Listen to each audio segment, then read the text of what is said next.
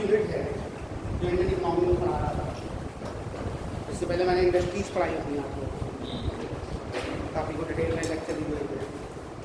आज इसके बाद जो अगली यूनिट्स है जो मुझे पढ़ानी है, पूरी यूनिट है poverty, unemployment and social justice. तो तीन अलग अलग टॉपिक, पॉवर्टी अलग चीज़, अनएम्प्लॉयमेंट एक अलग चीज़ और सोशल जस्टिस अलग। वो अलग बात है कि हम इनडायरेक्ट फॉर्म में जोड़ें तो ये सब चीज़ें आपस में कंबाइन होकर एक ही जगह पर निकल कर रहे हैं। तो आज हम लोग बात करेंगे पॉवर्टी पर। टोटल 6 लेक्चर हो गए इस यूनिट के, तो 2 लेक्चर डिवाइड करके आज हम बताऊँगा पॉवर्टी क्या है। क्योंकि बहुत ज़्यादा डिस्कशन करने की जरूरत नहीं। कोई पॉवर्टी डेफिनेशन बता सकता है कोई क्या पॉवर्टी है? जब कोई व्यक्ति की बेसिक जरूरतों को पूरा नहीं कर पाता, वो तो पूरा बना तो ऐसे तो सभी किसी आदमी की जरूरतें पूरी होती है तो हर आदमी गरीबी माना जाएगा।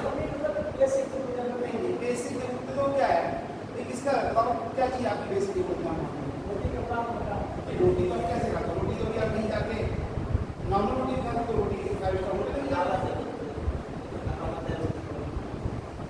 बेसिकली जब हम लोग पॉवर्टी की बात करते हैं तो कोई ऐसा ये डेफिनेशन नहीं है कि बेसिक वाली जरूरतें पूरी हो रही है कि लग्जरी पूरी हो रही है, ऐसे नहीं।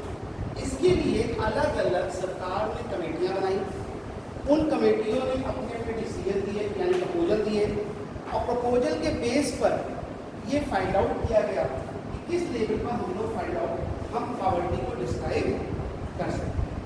तो बहुत सारी कमेटियाँ बनाई गई। अलगा कमेटी बनाई गई 1979 में, वाला कमेटी बनाई गई 1980 के में, लेकिन जो सबसे लास्ट में हमारी कमेटी बनकर आई वो थी रंगराजन कमेटी। रंगराजन कमेटी जो बनी, उन्होंने जो अपने प्रपोजल दिए और वही प्रपोजल आज हम लोग फॉलो करते हैं। हमारी गवर्नमेंट उन्हीं प्रपोजल को फॉलो करती है।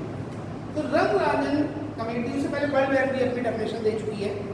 वर्ल्ड बैंक ने तो पॉवर्टी को हम 2 बेसिस पर डिफाइन कर सकते हैं, या तो इनकम के बेस पर या एक्सपेंसेस के बेस पर। हम जरूरतों के बेस पे कभी डिसाइड नहीं करेंगे। तो इनकम के बेस पे कैसे डिसाइड करेंगे पर्टिकुलर की इनकम लेवल क्या है और एक्सपेंसेस लेवल क्या है। जब हम एक्सपेंसेस लेवल की बात करते हैं तब रंगराजन कमेटी का जो सजेशन था कि एक आदमी जब रूरल एरिया में है या अर्बन एरिया में है, तो अर्बन एरिया में है और यानी कि शहरों में है और पर डे 47 रुपीज़ खर्च करता है, तो हम उसको मान सकते हैं 47 से कम खर्च करता है तो हम मान सकते हैं कि वो पॉवर्टी की लाइन में है, पॉवर्टी के अंदर बिलोंग करता है। अगर गांव में ये स्थिति देखी जाए तो टोटल 32 रुपीज़ से कम अगर वो एक दिन का उसका एक्सपेंडिचर है पर कैपिटा पर व्यक्ति। जैसे आपके घर में 4 लोग हैं और एक आदमी पूरे घर का खर्चा 150 रुपया है एक दिन का, तो आपके एक आदमी के ऊपर कितना हुआ? 37 रुपया 50 पैसे हो गया। 37-50 और शहरों की लिमिट कितनी है? 47। तो 47 आप पॉवर्टी लाइन में नहीं है। इसी तरह से गाँव के लिए लिमिट बनाई गई, वो बनाई गई 32 रुपये कि 32 रुपये से जैसे प्रपोजल दिया गया और उसी के बेस पर हम लोग इसको फॉलो करें। अब ये पूरी पॉवर्टी जिसकी बात हो रही है, हम इसको अलग अलग अगर बात करें अभी का डाटा ले लें आज का, क्योंकि पॉवर्टी के बारे में ज़्यादा डिस्कस करना जरूरी नहीं है, आपको डाटा फैक्ट आते हैं। 2022 अप्रैल के अकॉर्डिंग 269.3 मिलियन पर्सन हमारे यहाँ बिलो पॉवर्टी लाइन में। कितने हैं बिलो पॉवर्टी लाइन में? कितने लोग आते हैं? 269.3 मिलियन।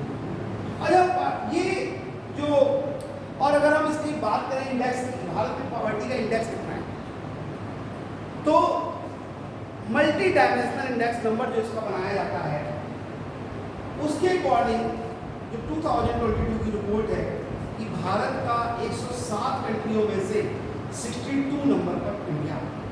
कौन से नंबर पर आता है? 62। टोटल कितने कंट्रीज उसमें इंक्लूडेड है? 107। 107 कंट्रियों की लिस्ट बनाई गई है जिसमें हम मल्टी डायमेंशनल इंडेक्स है और उस इंडेक्स में 62 पोजीशंस पर हम इंडिया को बिलोंग करते हैं। अगली चीज जो आती है इसमें ये डेवलप होता है कि कौन सा स्टेट हमारा पॉवर्टी लाइन के सबसे ऊपर है इस समय 2020। ये पोजीशन है, क्वेश्चन कई बार पूछा गया है, मैं बता दूं अभी जो लास्ट टाइम पूछा गया था 2019 में ही से पूछा गया था। उन्होंने पूछा था कि क्या जो हमारा पॉवर्टी का स्टेट का जो परसेंटेज है वो हर साल किसी स्टेट का बदल सकता है या नहीं बदल सकता, मतलब स्टेट वाइज डिसाइड होता है या फिर कंट्री वाइज। तो आपको कहता हूँ कि स्टेट वाइज डिवाइड होता है, ओवरऑल भी डिसाइड। तो स्टेट वाइज अगर हम डिवाइड करते हैं तो इस समय का जो परसेंटेज है बिहार ही ऑन नंबर 1 पोजीशन पे है जहाँ सबसे ज़्यादा पॉवर्टी है, और उसकी जो परसेंटेज है आप चाहे नोट कर सकते हैं 51.9% बिहार का पॉवर्टी इंडेक्स है इस साल। जो मल्टीपर्पज डायमेंशनल इंडेक्स गवर्नमेंट निकालती है, एक एजेंसी निकालती है, नेशनल स्टेटिस्टिकल सर्वे डिपार्टमेंट उसको फाइंड आउट करता है उसकी हेल्प से, तो वो बताते हैं कि 51.9% इस समय पॉवर्टी है बिहार, और सबसे कम किस स्टेट की है, केरला। कितना है, 0.71%। केरला कौन सी क्या है, 0.71% वहां का पॉवर्टी इंडेक्स। यूपी का कौन सा नंबर है, अगर यूपी की बात करें दूसरा कितना परसेंट है यूपी में, यूपी में है 37.79%। 37.79% ये यूपी का पॉवर्टी, ठीक है, लगातार ग्रो कर रहा है। इसके अलावा अगर हम पूरे ओवरऑल कंट्री का मल्टी इंडेक्स फाइंड आउट करते हैं तो वो है हमारे पास 0.118। ओवरऑल इंडेक्स ऑफ कंट्री 0.118, जो बिल्कुल भी सेटिस्फाइड नहीं, क्योंकि आपको फैक्ट याद रखने चाहिए, क्योंकि फैक्ट से मैटर आप बना। अब जब पॉवर्टी की बात आ रही है, थोड़ा सा पॉवर्टी के इंट्रोडक्शन में मैं आपको बताऊं कि बेसिकली पॉवर्टी को हम दो कैटेगरी में डिवाइड कर सकते हैं, एक एब्सोल्यूट पॉवर्टी और एक रिलेटिव पॉवर्टी। एब्सोल्यूट पॉवर्टी वो होती है, जैसा कि मैंने बताया, कि बेसिक जरूरतें आपकी पूरी नहीं होती। बेसिक में फूड, क्लोथ और सेंटर आपके पास खाने के लिए प्रॉपर नहीं है, आपके पास कपड़े पहनने के लिए नहीं है, और रहने के लिए पर्याप्त एक घर नहीं है। ये हमारी एब्सोल्यूट पॉवर्टी। और दूसरी क्या होती है, रिलेटिव पॉवर्टी। क्या होता है रिलेटिव पॉवर्टी, तो बता सकता है, कंपैरिजन कर सकते हैं कि हम जिस लोकेलिटी में रहते हैं उस लोकेलिटी का स्टैंडर्ड ऑफ लिविंग कैसा है, वहाँ के लोगों का एक्सपेंडिचर लेवल क्या है, वहाँ के लोगों का इनकम लेवल क्या है। फॉर एग्जाम्पल हम और ये पड़ोस में रहते हैं, मेरी इनकम 100 रुपया है और इनकी इनकम 200 रुपया, तो ये कौन सी पॉवर्टी, हम कौन सी पॉवर्टी में आएंगे, गरीब हम नहीं है, जरूरतें मेरी पूरी हो रही है, रोटी भी हम खा रहे हैं, कपड़ा भी और घर भी है मेरे पास, लेकिन हम इनके कंपैरिजन में गरीब मानेंगे, क्योंकि इनकी इनकम हमसे ज्यादा है। तो ये दो तरह की पॉवर्टी हम करते हैं, एक तो रियल पॉवर्टी कह सकते हैं और एक टीम टू बी पॉवर्टी। वो पॉवर्टी नहीं हो सकता है कि 10,000 महीना कमा रहे हो, हमारे पड़ोस में रहते हैं 15,000 कमा रहे हैं, लेकिन हम इनके कंपैरिजन में पॉवर्टी में काउंट किए जाएंगे, गरीब मानेंगे कि इनके कंपैरिजन में मेरे पास उतना रिसोर्सेस। अच्छा, इस पूरी पॉवर्टी का, गरीबी का हमारी इकोनॉमी में क्या बताइए। ये पहले हम उसके कॉजेज बता दें आपको, 5 से आपको पता होंगे, कलर नहीं बता रहा हूँ, बड़ा भी होगा कई जगह आपको पढ़ाया जाता है पॉवर्टी की, 6th क्लास से पढ़ा दिया जाता है पॉवर्टी। क्या कॉजेज है पॉवर्टी के, अगर हम पॉवर्टी के कॉजेज को डिवाइड कर दें 3 कैटेगरी। एक गवर्नमेंट जो है वो गरीबी बढ़ाने में एक बहुत बड़ा कॉन्ट्रीब्यूशन हो सकता है। आपको गवर्नमेंट तो रिड्यूस भी करती है, लेकिन गवर्नमेंट के कुछ ऐसे फैक्टर्स भी हैं जो हमारी गरीबी को बढ़ाते हैं। दूसरा इकोनॉमिक फैक्टर और तीसरा सोशल फैक्टर। पहला आपका क्या हो गया, government high rate of taxes. क्या होता है, हाई रेट ऑफ टैक्सेस, और टैक्स देने तो नहीं लगता, उससे तो नहीं सरकार का सामान दे रही, लेकिन जब हाई रेट ऑफ टैक्स लग रहा है किसके ऊपर, इनडायरेक्ट टैक्स की फॉर्म में प्रोडक्ट के ऊपर, तो जो व्यक्ति मार्केट में जाके प्रोडक्ट खरीदेगा तो उसको महंगा मिलेगा, क्योंकि टैक्स का बर्डन सीधा सीधा किसके ऊपर आता है? कंज्यूमर के ऊपर। तो कंज्यूमर को जो प्रोडक्ट महंगा मिलेगा तो अर्निंग तो उसकी लिमिटेड है। तो ये आप लोगों ने इकोनॉमिक्स पढ़ी है कि इकोनॉमिक्स का इकोनॉमिक्स क्या चीज बताती है? बताओ इकोनॉमिक्स में क्या चीज बताई जाती है?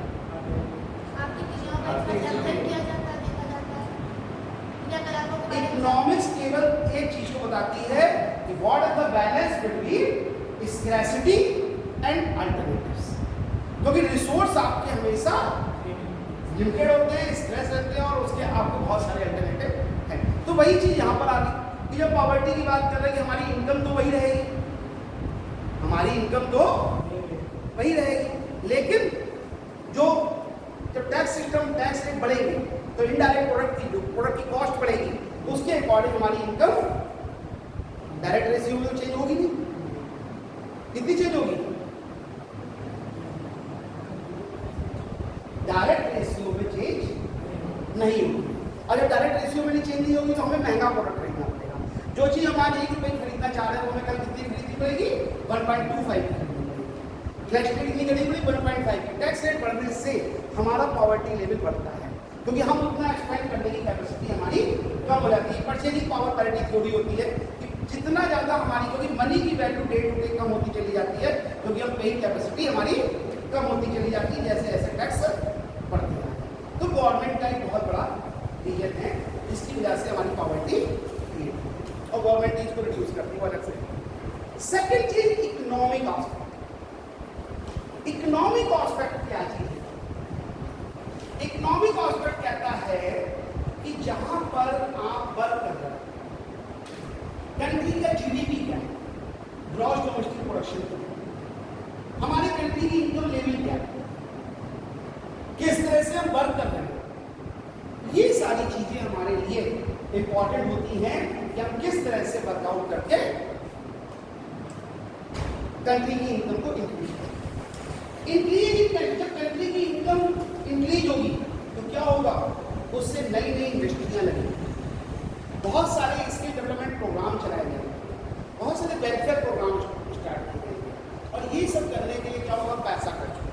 और ये हमारी सारी चीज़ें, लेकिन जैसे जैसे गवर्नमेंट हमारी इनकम कम होती जाएगी, जीडीपी कम होता चला जाएगा, उतना ही ज़्यादा हमारी यहाँ पैसा रिसोर्सेज कम हो जाएंगे। जब रिसोर्सेज कम हो जाएंगे तो खर्च करने की कुछ नहीं होगा, तो सोशल इफेक्ट भी हमारा बहुत बड़ा पड़ेगा कि सोसाइटी के वेलफेयर पे हम पैसा नहीं कर पाए, लोग क्या होगा? गरीब गरीब होता जाएगा। ठीक है। तीसरी चीज जो बात करते हैं सोशल फैक्टर। सोशल फैक्टर जो है यानी ये सोसाइटी जिसमें हम लोग रहते हैं, ये लोग गरीबी को इंक्रीज करते हैं। कैसे?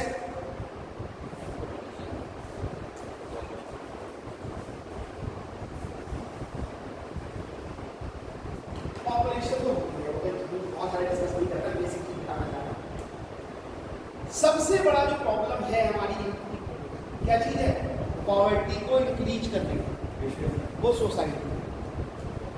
ठीक है। क्या है? एजुकेशन। कैसे? अनएजुकेटेड आदमी ज़्यादा कमा रहे हैं, बताओ। अनएजुकेटेड आदमी ज़्यादा कमा रहे हैं। ठीक है।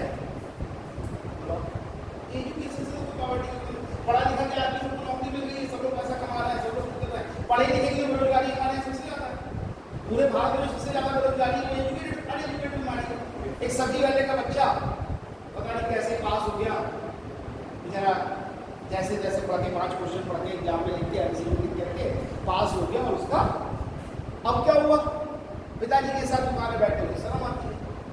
हम तो बीकॉम कर चुके हैं, हम तो बीए कर चुके हैं, हम तो एमए कर लिया था, कहाँ सब्जी वाली दुकान में बैठे हैं। ठीक है। और नौकरी उसको मिल गई, तो वो तो क्या होगा? वो तो और बेरोजगारी को बढ़ा रहा है। तो एजुकेशन बेरोजगारी को नहीं बढ़ा रही। बेसिक चीज क्या है? स्किल ना हो नहीं, स्किल तो आएगी कहाँ से? स्किल कैसे आएगी? केवल 2 चीजें केवल सोसाइटी की है जो हमारी पॉवर्टी को इंक्रीज करती है। द फर्स्ट इज इनइक्वालिटी, असमानता। इनइक्वालिटी क्या करती है, एक आदमी अपर लेवल पर और एक आदमी लोअर लेवल पर। जो अपर लेवल पर है वो लग्जरी चीजों में पैसे खर्च कर सकता है और जो लोअर लेवल पर है वो नहीं खर्च कर पा रहा है। तो वो क्या करता है, उसके अकॉर्डिंग अपनी जरूरतों को पूरा करने के लिए मनी बारो कर लेता है। ठीक है, और मनी जब बारो कर लेगा तो क्या होगा, उसकी इनकम कम होती जाएगी और जब इनकम कम होती जाएगी तो आगे क्या होगा, गरीबी रेखा में ही बना है। मेरी जेब में एक बाइक खरीदने के पैसे थे, स्कूटी खरीदने के पैसे थे, 60-70 हज़ार रुपये बड़े बड़े जोड़ जाड़ लिए। ठीक है, 6-7 महीने सैलरी से बचाए तो मेरे पास 60-70 हज़ार रुपये इकट्ठे हुए। मैं गया एक शोरूम में, बड़ा शोरूम था, जानने वाले लोग थे। बोले आइए डॉक्टर साहब आइए, आपको स्कूटी दूंगा। मैंने कहा मुझे एक स्कूटी चाहिए। वो थोड़ी देर बैठे रहे, उन्होंने बहुत सारी स्कूटियाँ दिखाई। तो बोले डॉक्टर साहब क्या करेंगे, आजकल स्कूटी कौन चलाता है, मिडिल क्लास लोगों की जिम्मेदारी है। उन्होंने नहीं सोचा मैं खुद मिडिल क्लास नहीं हूँ, तो उन्होंने सोचा कि भाई जो लाखों एक एक्सेल सैलरी मिलती है, इन्हें स्कूटी चाहिए तो कार होनी चाहिए। तो मैंने कहा एक कार अफोर्ड होगा। अरे बोले जरूरत क्या है आपको कार खरीदने, पैसे देने की, आप पैसे मत दीजिए, लाइए स्कूटी के पैसे हमें दीजिए। उन्होंने 70 हज़ार रुपये दे दिए और एक नई कार की चाबी हमारे यहाँ पर। बोले कोई बात नहीं, ये दीजिए 7,000 रुपये महीना देते रहिए, EMI में चुका। अब मेरी कैपेसिटी क्या थी, अब मैंने भी सोचा यार कॉलेज जाएंगे, कार से जाएंगे, रेपुटेशन क्रिएट हो जाएगी, मोहल्ले के 10 लोग जाते हैं और अपनी कार चला दें। लेकिन वो 7,000 अब मेरे लिए तो कोई दिक्कत नहीं थी, सैलरी से एक अमाउंट कटती रहेगी, ठीक है, कोई फर्क नहीं पड़ेगा 7,000 महीने पर।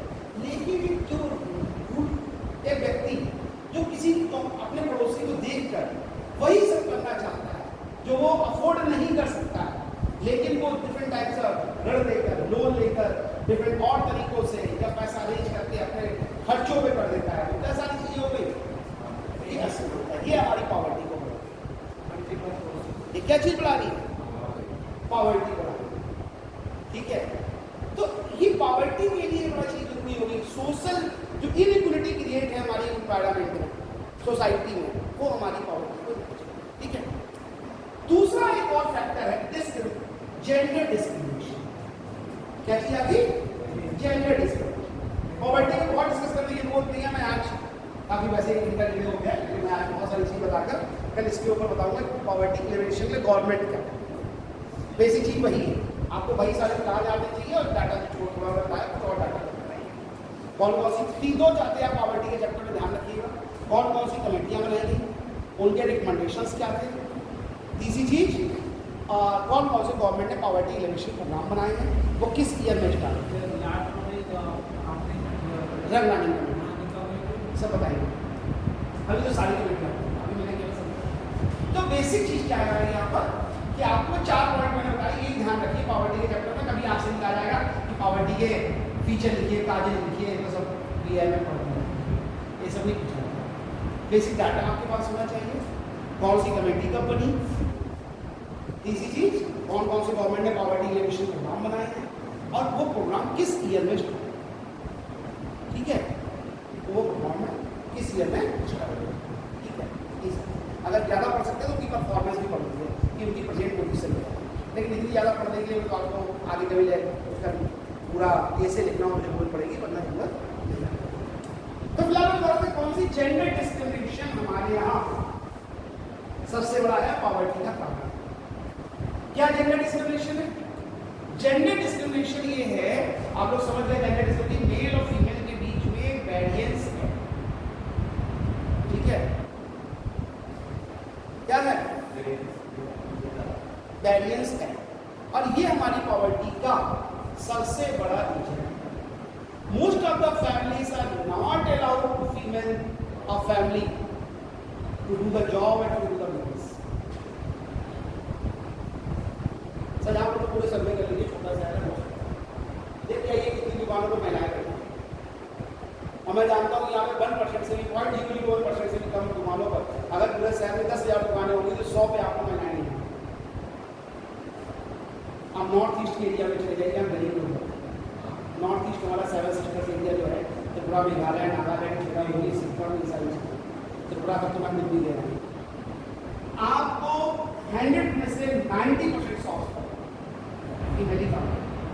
गरीब लोग को क्या करें, सब महिलाएं काम करती हैं दुकानों पे 90%, और फीमेल काम करते हैं फैक्ट्रीज। तो वहाँ पर कोई गरीब है, इतने पैसा नहीं लगाता, उसी से काम करता है। लेकिन हमारी सोसाइटी क्या कर रही है, डिस्क्रिमिनेशन। डिस्क्रिमिनेशन से क्या हो रहा है कि जो फीमेल्स को वर्क करना अलाउ नहीं है। फैमिली में 4 लोग हैं, आपके फादर मान लीजिए हर महीने 10,000 रुपये महीना कमाते हैं, आपकी फैमिली में 4 लोग हैं, तो आपके इससे तो 2,500 ही आए। कितने आए, 2,500। और गवर्नमेंट क्या कह रही है कि पूरे फैमिली अगर की एनुअल इनकम 27,000 से कम है पूरे साल में, तो वो बिलो पॉवर्टी लाइन आता है। मतलब बीपीएल कार्ड हो जाता है, बिलो पॉवर्टी लाइन पर होगा। तो बीपीएल लाइन में कौन लोग आते हैं जिनके पूरे साल की इनकम 27,000 से कम है, ठीक है। अब ईयरली 27,000, अरे ईयरली महीने 27,000 कौन कमाता है, ठीक है यार, केवल और क्या हैं पूरे एनुअल। तो हुआ क्या, इनके फादर 8,000 को महीने में नहीं काम कर रहे, फैमिली में 5 लोग हैं, एक आदमी के हिस्से में कितने पैसे आएंगे, 1,600। वो कहाँ जाएगा, बिलो पॉवर्टी लाइन में जाएगा नहीं जाएगा, क्योंकि एक आदमी के ऊपर कुल मिला के कितना है 1,600 को 12 से मल्टीप्लाई करें तो 19,200 रुपये होता है, जबकि होना कितना चाहिए 27,000। तो पर कैपिटा पर व्यक्ति, तो ये बीपीएल लाइन में है। तो क्या हुआ कि डिस्क्रिमिनेशन हुआ, फीमेल में 5 लोग हैं, लेकिन क्या होगा, काम कौन करेगा, क्या नहीं करेगा। क्यों फीमेल नहीं कर सकती, क्यों दुकान में फीमेल नहीं बैठ सकती, सोसाइटी अलाउ नहीं कर रही वर्क करने के लिए। तो ये डिस्क्रिमिनेशन क्या होगा, इससे पॉवर्टी लेवल बढ़ जाता है। आप देख लीजिए मेट्रोपॉलिटन जितने सिटी हैं उनमें देख लीजिए, वहाँ की लाइफ लोगों को बड़ी अच्छी लगती है। बैंगलोर चले जाइए आप, 24 घंटे की लाइफ है। दिल्ली चले जाइए तो 24 घंटे लाइफ है। बॉम्बे चले जाइए 24 घंटे की लाइफ है, 24 घंटे लाइफ है।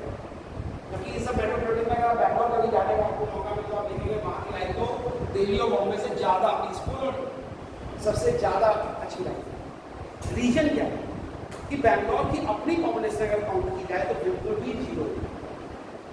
वहाँ अगर आप वर्क की बात करें, जॉब की, तो वहाँ पर मेल और फीमेल सब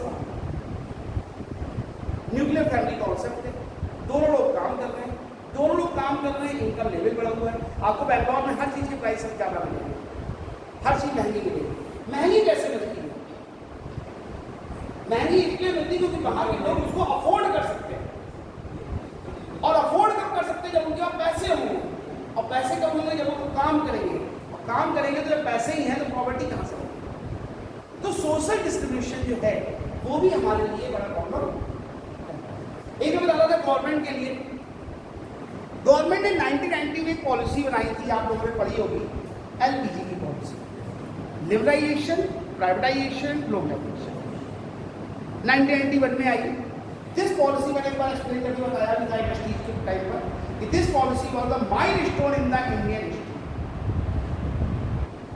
कहाँ की है, माइलस्टोन है, मतलब कि अगर वो पॉलिसी ना होती तो आप कहीं से भी डेवलप नहीं होते। वो पॉलिसी जो थी उसने हमारे यहाँ इतनी तेजी के साथ डेवलपमेंट किया, जो आज आप लग्जरी लाइफ जी रहे हो, जैसी भी जी रहे हो, वो उस पॉलिसी की नहीं। इतने क्राइसिस थे हमारे यहाँ that time. Finance minister doctor Manmohan Singh, किसी गवर्नमेंट की बात नहीं कर रहा, ठीक है, एक पर्टिकुलर गवर्नमेंट में finance minister doctor Manmohan Singh को पॉलिसी लेकर आए पूरे वर्ल्ड को स्टडी करने के बाद, क्योंकि मनमोहन सिंह आज द वर्ल्ड के टॉप लेवल इकोनॉमिस्ट में से आते हैं। वो अलग बात है, किसी सरकार में बोल नहीं पाए, वो एक अलग मैटर है, हम लोग इसको डिस्कस नहीं करेंगे। इकोनॉमिस्ट उन्होंने स्टडी किया कि पॉलिसी लेकर आए, लेकिन उस पॉलिसी को डिस्कस नहीं करना चाहते। उस पॉलिसी में प्रॉब्लम क्या है, एलपीजी की पॉलिसी में जो वर्ड आया प्राइवेटाइजेशन, और प्राइवेटाइजेशन ने एक चीज को डेवलप कर दिया, inequality. Rich become rich, poor become poor. क्योंकि जिनके प्राइवेटाइजेशन में क्या हुआ कि गवर्नमेंट ने प्राइवेट सेक्टर के लिए सबको डोर ओपन कर दिया, कि जो प्रोडक्ट गवर्नमेंट बनाया करती थी वो प्राइवेट सेक्टर बना। अब प्राइवेट सेक्टर कौन उस प्रोडक्ट को बनाएगा, जिसके पास रिसोर्स है, जिसके पास पर्टिकुलर फैक्ट्री है, जो इस तरह से काम कर सकती है। तो ये सारे काम करके उस पॉलिसी का फायदा तो हुआ हमारे देश की इकोनॉमी को, लेकिन अगर हम सोशल पॉइंट ऑफ व्यू से सोचें तो जो रिच थे वो रिच हो गए और पुअर जो थे वो पुअर हो गए। अगर आपने कल का न्यूज़ में पढ़ा होगा, आपने पढ़ा होगा कि अडानी जो है पूरे वर्ल्ड के तीसरे नंबर के रिच हो गए, लेकिन ये नहीं हो पाए। इनके मैंने बड़े थॉट्स से कुछ कराए। हमारे पड़ोस में एक सब्जी वाला बैठता है, वो नहीं हो पाया। एक आदमी की कपड़े की दुकान है, वो नहीं हो पाया। क्यों ऐसा हुआ? क्योंकि उनके पास रिसोर्सेज थे, वो डिफरेंट सेक्टर्स में जाकर अपना प्रोडक्ट बना सकते थे, बेच सकते थे। तो 3 फैक्टर काम करते हैं। इकोनॉमिक फैक्टर कि हमारी कंट्री की इकोनॉमी कैसी है, वहाँ का जीडीपी कैसा है, वहाँ के लोगों का रहन सहन कैसा है, स्टैंडर्ड ऑफ लिविंग क्या है, वहाँ के लोगों का एक्सपेंडिचर लेवल क्या है, वहाँ के लोगों का वर्क क्या है, ये सारी चीजें। एक चीज मैं क्वेश्चन पूछता हूँ आपसे, क्योंकि पॉवर्टी के कॉलेज वगैरह तो पता ही होगा क्या कारण है। पॉपुलेशन होता है, इन्फ्लेशन होता है, टैक्स होता है, ये सब चीज़ों आपको पढ़ेंगे। हम इस पर आपसे क्या कारण है? एलिजा जी एक बात बताइए कि अगर मैं आपको अभी 50,000 रुपये दूँ तो आप क्या इन्वेस्ट करें? Very good. कहाँ इन्वेस्ट करेंगे? बैंक में, पोस्ट ऑफिस में, अपने लिए ज्वेलरी खरीद लेना, ठीक है? नहीं खरीदोगे? बड़ा अच्छा सा कहा जाता है गोल्ड खरीद सकते हो, वो है नहीं है, धीरे धीरे चेंज हो रहा है। लेकिन पहले कहा जाता था कि 10 को सोना और सोना दोनों पसंद होते हैं, ठीक है? तो तुम कौन सा सोने की बात कर रही है? तो ऐसा, लेकिन अब तो डेवलप हो रहा है। इन्हें 50,000 रुपये इन्वेस्ट कर दीजिए, ठीक है, फ्यूचर के लिए। आप बताइए। सबसे इन्वेस्ट करेंगे म्यूचुअल फंड हो गया, म्यूचुअल फंड इन्वेस्ट कर दो, खर्च नहीं करोगे। मन नहीं होगा किसी 5 स्टार होटल जाके खाना, जरूर के साथ खर्च करेंगे जरूरत के ज़्यादातर। सर इन्वेस्टमेंट पे ज़्यादा इन्वेस्टमेंट अब इन्वेस्ट करेंगे कई जगहों पे, ताकि अच्छा प्रॉफिट मुझे मिलता है उससे। सब लोग इन्वेस्ट करते हैं। तुम बताओ। सर जब जमा करके रखेंगे, जब कभी कोई मुसीबत आ जाए तो उसमें खर्च करेंगे। मुसीबत तो जब चाहे टपक जाती है, कोई दिक्कत थोड़ी। पब्लिक सेक्टर पर करें, पब्लिक सेक्टर पर पब्लिक सेक्टर में क्या करोगे जाके? सरकार को दान दे आओगे? बिजली का बिल तुम्हारा 5,000 आ रहा है, तुम कहोगे हमसे 25,000 ले लो, वही 5,000 लोग नहीं देते। तो इसमें आप बताओ क्या करोगी? 50,000 रुपये तुम्हें दे दिए गए, इन्वेस्ट करोगी। सारे लोग जितने भी, ये भी इन्वेस्ट कर रहे हैं, ये भी इन्वेस्ट कर रहे हैं, ये भी इन्वेस्ट कर रहे हैं, आप क्या करेंगे बताइए? इन्वेस्टमेंट। सभी लोग देश के पक्के दुश्मन हैं,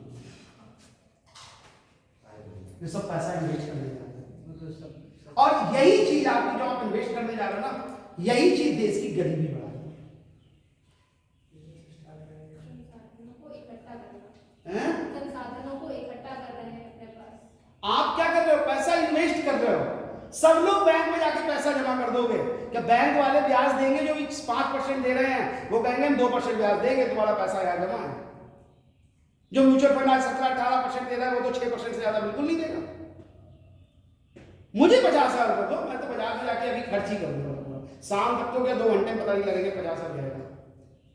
और क्या, किसी बढ़िया जाके पहले फैमिली के साथ बढ़िया खाना खा लूंगा किसी रेस्टोरेंट में, 4-5,000 खर्च होंगे, थोड़े कपड़े खरीद लूंगा, और खर्च हो गए थोड़े जाके घर के लिए इलेक्ट्रॉनिक्स आइटम खरीद लूंगा, और खर्च कर लूंगा, बच्चों को खरीदवा दूंगा। किसी कुछ नहीं होगा, पैसे 10-15,000 बच गए, यहाँ से लखनऊ तक घुमा लाएंगे बच्चों को जाके, सब खर्च कर देंगे। 1 मिनट, एक पैसा सेव नहीं। मुझे क्या, आपको क्या फायदा है इससे? बचेगा क्या? हमारे पास क्या बचेगा? कल का कल सोचेंगे, कल क्यों नहीं होगा? ये किसने लगाया करना? ऑल वी थिंक पॉजिटिव, ठीक है? मैं तो सोचता हूँ कि मैं 4-5 साल तो जिंदा रहूंगा, सिक्योर तो होना बाकी वाले क्या कर रहे कुछ ना हो। बेसिक चीज आपको क्या फायदा है इससे?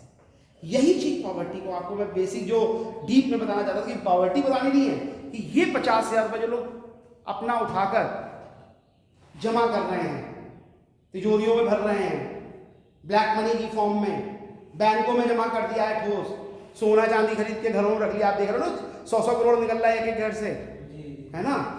ये सब हमारी पॉवर्टी हो रहा है।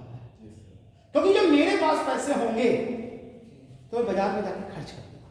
मैं जब कपड़े खरीदूंगा तो उस कपड़े वाले के पास पैसे हैं, कपड़े वाले की छोटी दुकान थी, पैसे उसके पास ज़्यादा आएंगे, दुकान बड़ी कर लेगा। अभी तक एक नौकर काम करता है, 5 रख लेगा। इलेक्ट्रॉनिक वाली दुकान में खरीदूंगा जाके, इलेक्ट्रॉनिक की डिमांड बढ़ेगी। वो कहेगा ठीक है भैया, उसके प्राइस बढ़ गए, उसके फ्रिज की खरीदने वाले लोग बढ़ गए, वो तुरंत कंपनी से कहेगा 100 फ्रिज और भेज दो। कंपनी की अच्छा डिमांड बढ़ गई है, अभी देखो नई इंडस्ट्री लगा देते हैं, नई इंडस्ट्री लग गई फ्रिज की, या उनका प्रोडक्शन लेवल बढ़ गया, उन्होंने प्रोडक्शन बढ़ाया, प्रोडक्शन मशीनों से थोड़ी ना होगा, इंसान काम करेंगे, उन लोगों को जॉब मिलेगी। जब जॉब मिलेगी तब उनकी इनकम बढ़ेगी, ठीक है।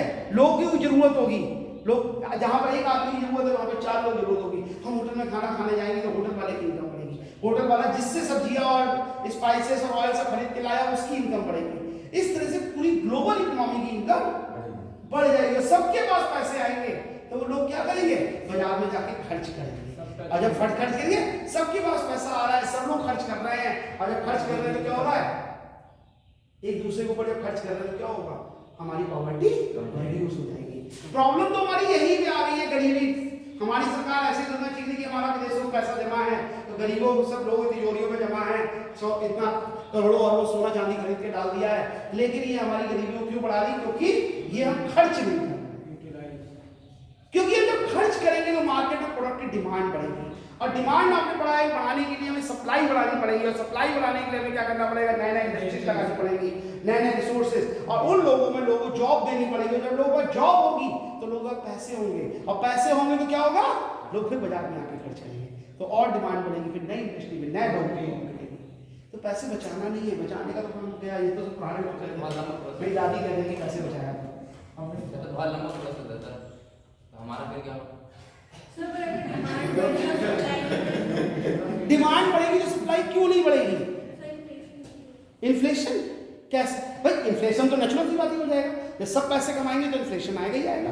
भाई ये इनके पास 10 रुपए और आपके पास 15 रुपए, एक रजिस्टर रखा हुआ है खरीद बेचने के लिए, तो आप तो 15 का भी खरीद लोगी, इनके पास 10 ही है, नहीं खरीद पाएंगे। इन्फ्लेशन तो बढ़ेगा, क्योंकि जब इनकम बढ़ती है तो इन्फ्लेशन बढ़ता है, इस बात में कोई डाउट नहीं है, लेकिन लोगों के पास पैसे तो होंगे, जब पैसे होंगे तो खर्च कर सकते हैं, इनकम लेवल तो उनका बढ़ा हुआ होगा। जब इनकम ज्यादा होगी, एक्सपेंडिचर ज्यादा होना चाहिए, इनकम ज्यादा होनी चाहिए, इनकम ज्यादा होगी। जब इनकम ज्यादा होगी तभी हम लोगों के पास पैसे होंगे, लोगों के पास सप्लाई तो बढ़ानी पड़ेगी। जब लोगों के पास पैसे नहीं होते थे तब हम प्रॉब्लम होती, अब लोगों के पास पैसे हैं। हो सकता है आपको पता हो ना पता हो, मेरे साथ तो एज के हिसाब से पता है, आप लोगों ने हो सकता है देखा, एक PNT फोन होता था घर में, किस किस के घर पे था, 1 2 3 4 PNT था आपके घर पे। अभी कितने लोग हैं आपके घर? 5 लोग। और कितने मोबाइल फोन है? तो सबके पास एक नहीं, सबके पास एक है, हो सकता है कि 2 भी हो, ठीक है। तो ये मोबाइल फोन, एक PNT फोन से काम नहीं चल रहा था, आपने 5 मोबाइल फोन खरीद लिए। तो पहले मोबाइल फोन ही नहीं नहीं, अगर होते तो तुम खरीद पाते, होते तो सही कह रहे, नहीं खरीद पाते। आप बताइए, आपके घर में PNT फोन था, हटवा दिया, अभी भी है? अब कितने मेंबर है आपके घर में? कितने फोन है? 5। हो सकता है किसी का 2 10 भी हो सकता है। एक PNT फोन और 5 मोबाइल फोन के खर्चों में अंतर नहीं, बहुत बड़ा अंतर है, ठीक है। तो 5 मोबाइल फोन आपने कैसे खरीद लिए, एक क्यों नहीं खरीदा? आप 5 फोन कैसे खरीदे आपने, एक क्यों नहीं? एक रख देती है पैसे पहले की तरह, लड़ाई होती सबने आपस में, ठीक है। आप इसलिए आपने फोन खरीद लिए 5, क्योंकि यू कैन अफोर्ड दिस, और अफोर्ड कैसे कर सकते हो, क्योंकि आपके फादर की इनकम होगी। लेकिन अगर आपके घर में 5 लोग हैं और 4 लोग और कमाने लगे, आप भी जॉब में चले जाओ, और जो लोग हैं सब काम करने लगे, मम्मी भी कुछ काम करने लगे, होम में वर्क करने लगे, आप भी काम करने लगे, ब्रदर सिस्टर जो भी है वो भी काम करने लगे, तो पूरी फैमिली की इनकम 5 गुनी हो जाएगी। फिर वो और पैसा खर्च कर सकते हैं। अभी सबके पास एक मोबाइल है, तो 2 3 3 कर सकते हैं। क्या होगा? पॉवर्टी। खर्च करने से पॉवर्टी रिड्यूस होगी, क्योंकि जब आप खर्च करोगे तभी बाजार में चीज आएगी, और जब बाजार में कोई चीज आएगी तभी वो बिकेगी, और बिकेगी तो लोगों की डिमांड बढ़ेगी, और डिमांड के अकॉर्डिंग सप्लाई नेचुरल रीजन है कि जैसे जैसे डिमांड बढ़ती है सप्लाई अपने आप बढ़ती है। शॉर्ट टर्म चीजों की डिमांड सप्लाई नहीं बढ़ती, लेकिन सप्लाई बढ़ती है। और सप्लाई जब बढ़ती है तो उसके लिए नई नई इंडस्ट्रियाँ लगानी पड़ती है, उनमें लोगों को जॉब देनी पड़ती है और लोग प्रोडक्टिव वर्क करने के लिए कुछ अर्न करने लगते हैं। लोग कहते हैं यार इन्फ्लेशन है, महंगाई। किसी टॉपिक में इंडियन इकोनॉमी में आपको किसी टीचर ने बताया भी होगा इन्फ्लेशन के बारे में, मुद्रास्फीति पढ़ाया था इन्फ्लेशन, ठीक है। ये इन्फ्लेशन जो है वो हमारी पॉवर्टी को सबसे पहले बढ़ाती है, ठीक है। तो इन्फ्लेशन होती क्यों है? महंगाई कैसे बढ़ती है? डिमांड बढ़ती है और सप्लाई डिमांड कैसे बढ़ती है? जब लोगों को चीजें चाहिए होती है। हमारी चीजें चाहिए नहीं होती हैं, चाहिए तो तुम्हें भी। एक तुम सोच रही होगी कहाँ से आती हो? हाँ, साउथ सिटी से, यानी दूर है हमारे कॉलेज के अंदर। तुम ये नहीं सोचती कि तुम्हारे पास पापा तुम्हें एक चॉपर दिला दे, एक हेलीकॉप्टर तुम्हें वहीं साउथ सिटी से उतारा और तुम यहाँ जीएम कॉलेज ग्राउंड में यही क्लासरूम में आकर, ये तुम्हारी जरूरत तो है। इतनी दूर आना पड़ता होगा ऑटो से या स्कूटी से, है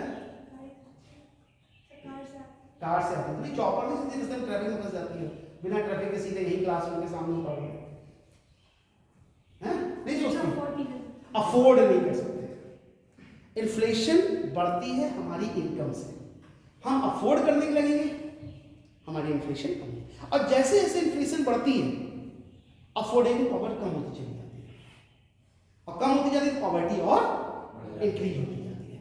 क्योंकि इन्फ्लेशन तभी बढ़ेगी जब, अब आप कहोगे अभी तो आप कह रहे थे कि इन्फ्लेशन अच्छा है, ठीक है, इन्फ्लेशन अच्छा है, लेकिन इन्फ्लेशन से सबके ऊपर क्या फर्क पड़ा?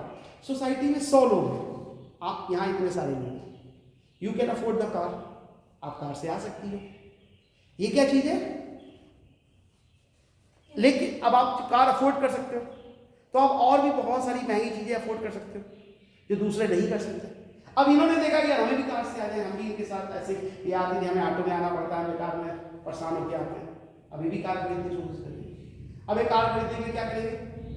सेविंग शुरू कर देंगे, थोड़ी थोड़ी, थोड़ा बैंकों से लोन ले लेंगे, थोड़े और रिसोर्सेज से पैसा इकट्ठा करेंगे और एक कार ले लेंगे, ठीक है। तो क्या होगा? कार की डिमांड बढ़ गई, लेकिन अननेसेसरी इन्होंने अपने ऊपर बर्डन बढ़ा लिया, अननेसेसरी बर्डन बढ़ा लिया। मुझे एक नाम नहीं आ रहा, बहुत अच्छा बिजनेसमैन है पूरे वर्ल्ड का, बिल गेट्स की बात नहीं करता, उन लोगों की बात नहीं छूटो, पछड़े गए इंडिया की बात कर, इंडिया आ गया, विलेनियर है लेकिन उसने आज तक घर नहीं खरीदा है। क्यों जानते हैं आप? उसने कहा कि घर खरीदना मेरे लिए कोई बहुत बड़ी चीज नहीं है, मैं जब चाहे खरीद लूँ। कोई विलेनियर्स लोग, ठीक है, अरबोपति पैसा, उन्होंने कहा अगर मैं कोई 10 करोड़ रुपए का घर खरीदूंगा, 10 करोड़ मैंने इन्वेस्ट कर दिया, 10 लाख रुपीज पर मंथ मुझे इंटरेस्ट मिल रहा है उसका लगभग, और मेरे फ्लैट का किराया केवल 1 लाख रुपया महीना है, जो मैं हर एक अच्छी लोकेलिटी में जाकर, तो 9 लाख तो मेरी कैसे सेविंग्स हो रही? हम क्यों फ्लैट खरीदें? बेसिक चीज आपको खरीदना है, आप जितना ज्यादा परचेजिंग करेंगे आप पावर कोलैबोरेशन। अब क्या होता है, सोसाइटी में 2 तरीके के लोग होते हैं, एक जो किसी चीज को अफोर्ड कर सकते हैं और एक जो किसी चीज को अफोर्ड नहीं कर सकते। तो उनको देखकर, जो रिलेटिव पॉवर्टी बताई, वो उनको देखकर लोग आएंगे कि हमें भी चाहिए, तो अफोर्ड कर नहीं पा रहे। जो अफोर्ड है वो तो महंगी चीज खरीद लेगा। बाजार में मान लीजिए ये 10 मोबाइल आए हैं इस ब्रांड के, और इनके ये अफोर्ड कर सकते हैं और ये अफोर्ड नहीं कर पा रहे, तो ये तो सोचेंगे 10,000 की मोबाइल है, ये सोचेंगे मुझे तो लेना ही लेना है, मैं तो 15 का भी ले लूंगा, और इनके पास 9,000 है तो सोचेंगे 1,000 उसमें भी कम हो जाए 10 में से। फिर ये क्या करेंगे, 1,000 को अरेंज करने के लिए अपने और खर्चों में कहीं कम करेंगे, किसी और जगह से अरेंज करेंगे, तभी 1,000 की कोशिश करेंगे, लेकिन खरीद तो ये लेंगे, तो 15 देने को तैयार है। अब दुकानदार को लगेगा कि 15 की बिक रही है हमेशा, तो क्यों ना हम 15 ही का बेचें। तो धीरे धीरे इन्फ्लेशन बढ़ेगी और इनकी परचेजिंग पावर कम होती जाएगी, जो और गरीब होते चले जाएंगे। तो पॉवर्टी जो है वो हमारी कई कॉलेज पे इफेक्ट करती है। बताया ना कि एलपीजी की पॉलिसी तो गवर्नमेंट ने अच्छी बनाई थी, उस पॉलिसी में क्या हुआ कि जिसके पास सब कुछ प्राइवेटाइजेशन हो गया, लेकिन पूरी सोसाइटी के सारे लोग उस चीज को अफोर्ड नहीं कर सकते, एक क्लास ऑफ वर्क केवल उसको अफोर्ड कर सकता है, तो उन लोगों वो लोग तो डेवलप कर गए और बाकी के लोग नहीं कर पाए। अभी मैंने आपको बताया 269 पॉइंट समथिंग लोग पॉवर्टी लाइन के नीचे हैं, 269 पॉइंट समथिंग, ठीक है। ये लोग पॉवर्टी लाइन के नीचे क्यों हैं? ये पॉवर्टी लाइन के नीचे हैं ये रूरल एरिया के रहने वाले लोग हैं, ग्रामीण क्षेत्र के, क्योंकि वहां पर लोगों के पास क्या है, इनकम कम है, क्योंकि most of the population depend upon agriculture, और एग्रीकल्चर पर डिपेंड होने के कारण कई बार उनको बहुत सारे लॉस सफर करने पड़ते हैं। इसके लिए वो मनी बारो करते हैं, और बारो करने के साथ साथ वो किसी ना किसी डेट के चक्कर में फंस जाते हैं और वो होते चले जाते हैं। तो धीरे धीरे जो पॉवर्टी है वो हमारी इफेक्ट करती है। मैंने बताया कि सोशल कॉज सबसे बड़ा कॉज है, पॉलिटिकल उससे कम, और लास्ट में क्या आता है, इकोनॉमिक कॉज, कि वहां के लोग जहां हम रहते हैं वहां के लोगों की इकोनॉमिक लेवल क्या है, वहां के लोगों को क्या है, इकोनॉमिक लेवल क्या है, वहां के लोगों की परचेजिंग कैपेसिटी क्या है, वहां के लोगों की सारी चीजें वर्क कैसे है, ये हमारे लिए पॉवर्टी को ज्यादा इन्वॉल्व करते हैं। एक और चीज मैं बताना चाह रहा हूं अभी कि ये पॉवर्टी की हम लोग बात कर रहे हैं, तो वर्ल्ड बैंक ने इसको डिफाइन किया है। वर्ल्ड बैंक ने क्या कहा है, उन्होंने डॉलर की फॉर्म में डिफाइन किया कि एक आदमी अगर $1.9 नोट कर लो भाई, $1.9 पर डे खर्च कर सकता है, तो से कम खर्च करता है तो वो पॉवर्टी लाइन के नीचे है। सर ये अंतर्राष्ट्रीय गरीबी रेखा है। ये authorised data, sir by RBI. हाँ भाई वर्ल्ड बैंक। वर्ल्ड में तो उन्होंने क्या बताया, $1.9 की फॉर्म में, और इसमें डॉलर का प्राइस क्या है, लगभग 80 है। तो 80 को 1.9 से मल्टीप्लाई कर दीजिए तो कितना हो जाएगा, कितना हो जाएगा, 171 अप्रॉक्स। यानी कि इस समय के रेट के अकॉर्डिंग, वर्ल्ड बैंक के डाटा के अकॉर्डिंग 171 रुपए अगर आप एक दिन में कम खर्च करते हैं तो आप पॉवर्टी लाइन के नीचे। लेकिन इंडिया के पॉइंट ऑफ व्यू में कई कमेटियां बनाई गई, कमेटियों की ईयर चाहे तो आप नोट कर सकते हैं, बता देता हूं। एक जो सबसे पहली कमेटी बनाई गई है, ये जरूर याद रखिएगा, और कौन सी कमेटी बनाई गई ये भी जरूर आपको याद रखिएगा। पहली जो कमेटी बनाई गई वो 1979 में बनाई गई, जिसको अलगा कमेटी कहते हैं, ALAGH। अलगा कमेटी ने क्या रिकमेंडेशन दी, अलगा कमेटी ALAGH 1979, इसके रिकमेंडेशन, रिकमेंडेशन क्या है, इन्होंने रिकमेंडेशन दिया 2400 कैलोरी, कितना, 2400 कैलोरी, कैलोरी के पॉइंट ऑफ व्यू से, ठीक है, इन अर्बन एरिया, और 2100 कैलोरी इन रूरल एरिया, ग्रामीण क्षेत्र। अगर आप कंज्यूम कर रहे हो, ठीक है, तो आपकी ये कैलोरी हो जाएगी, ठीक है, यानी आप पॉवर्टी लाइन में नहीं हो। उनकी कमेटी ने रिकमेंडेशन दिया था 1979 में, जो प्रपोज्ड हुआ था लेकिन फॉलो अप में नहीं आया, प्रपोजल था। 2400 कैलोरी का मतलब कितना क्या हुआ, मिलेगी खान पान हमारा इतना हो, हाँ क्या खाना चाहिए 2400 कैलोरी, कार्बोहाइड्रेट, प्रोटीन्स, कार्बोहाइड्रेट, लेकिन क्या खाना चाहिए, क्या खाएं 2400 कैलोरी, अंडे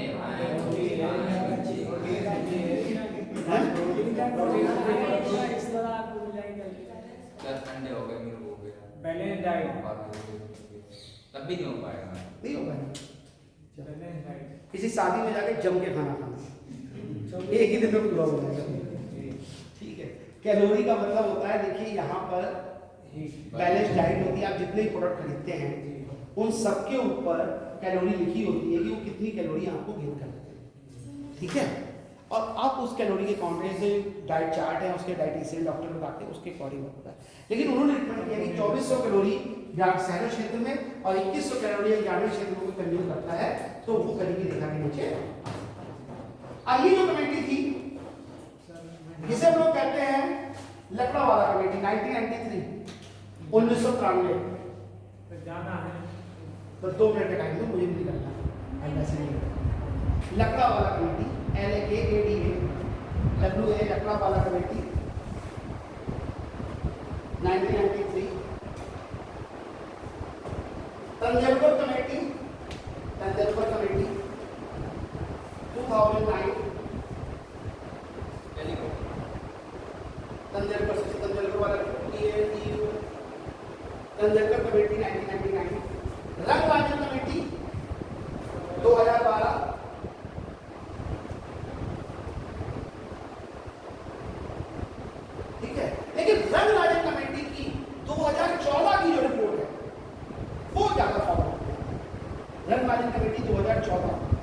12 में क्रिएट हुई थी, लेकिन उन्होंने 12 में रिपोर्ट दी, लेकिन 14 में भी एक रिपोर्ट दी और उन्होंने बताया monthly expenditure per capita monthly expenditure, देखो recommendation per capita monthly expenditure, प्रति व्यक्ति मासिक आय, मासिक व्यय।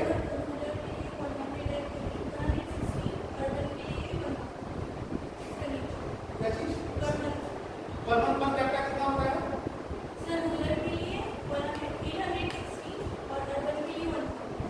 अर्बन के लिए बंद हो, अर्बन के लिए 1407 रुपये, 1407 और शहरों के लिए 872, गाँव के लिए 872 और शहरों के लिए 1407 रुपये हम खर्च करते हैं पर कैपिटा। पर कैपिटा का मतलब क्या हो गया? अब आपको क्या चाहिए? जैसे कि आपके घर में 5 लोग हैं और आपके मंथली खर्चा जो है पूरे महीने का 6000 है, तो एक आदमी हिस्से में कितना है? 1200 रुपये है, तो वो कहाँ होगा? पॉवर्टी लाइन के नीचे माना जाए, क्योंकि उसके हिस्से में 1407 रुपये नहीं। क्लियर होगी बात? ऐसे तो ये कमेटी और अभी जो हम लोग